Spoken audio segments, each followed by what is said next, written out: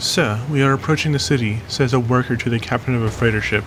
We should arrive in the next 30 minutes. The time is 11:13 and it is currently heavily raining. We pan to the captain, now unplugging himself from the deep sense system, visibly exhausted and overworked. We draw back, away from the ship, and see that it is headed into a massive megalopolis of a city.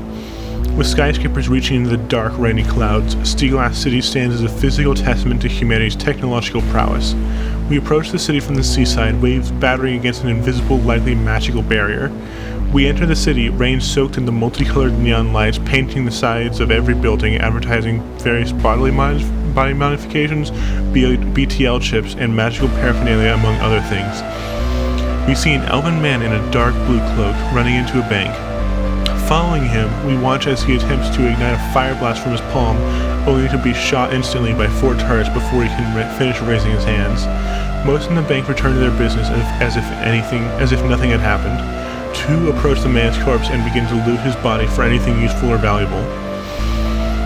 We retreat from the building and enter an alleyway filled with people paying and receiving mind-altering substances, or, if they are willing to pay even more, memory magic.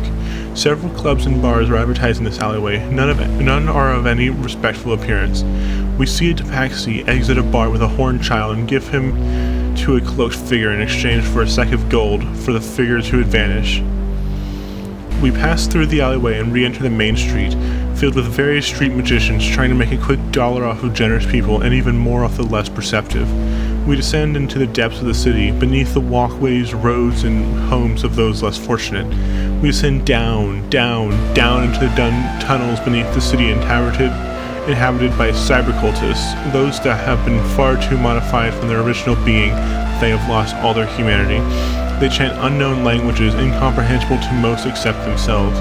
We ascend back up into the heights of the tallest skyscraper, up, past the clouds, past most rooftops in the city, and see a blond man staring out into the city he owns all but a name. He pulls out his phone from his pocket and checks the time. Not changing his expression, he puts back his phone and retreats into another room. Immediately afterwards, we hear a massive explosion as we turn to the side of the opposite skyscraper being blown out. We enter the site and see 2 birdkin running from the side, jumping out into the air and taking flight. We ourselves retreat back into the streets and stop outside a 12th floor window. Inside sits you, a dragonkin woman, a human with a mechanical eye, and a cyborg. You are truly a group of various troublemakers, or, as you 4 prefer to call yourselves, Shadowrunners.